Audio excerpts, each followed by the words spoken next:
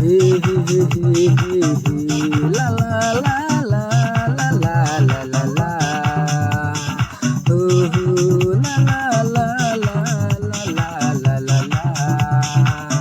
đây đang happy công đứng ca mần trong na ca nó ca đầm ha ba na chia na sông marway na pas ni rumah Daw balay bayang api punling apa na nga bain ta salas nang bapisa pisang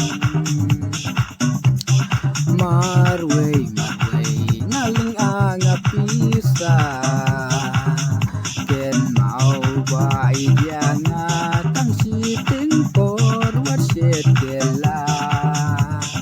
Ken mau ba idana tang si ting po wat set kela tumba ngilaya clay kula jin dei tang kawei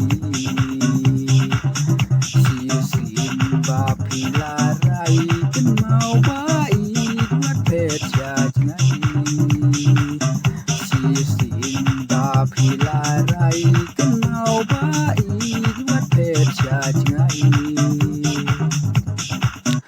Habaya pitong dem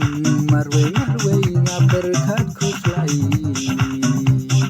kumba pila kulal yang abai juat di marwe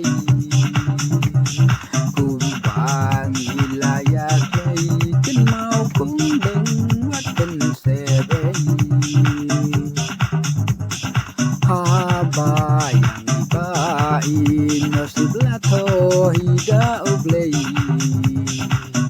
bangin yalang kaway siya kalikas laka persay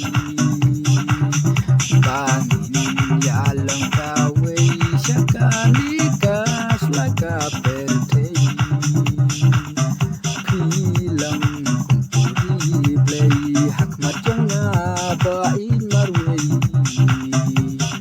ngam tim naki daw balay bain kumni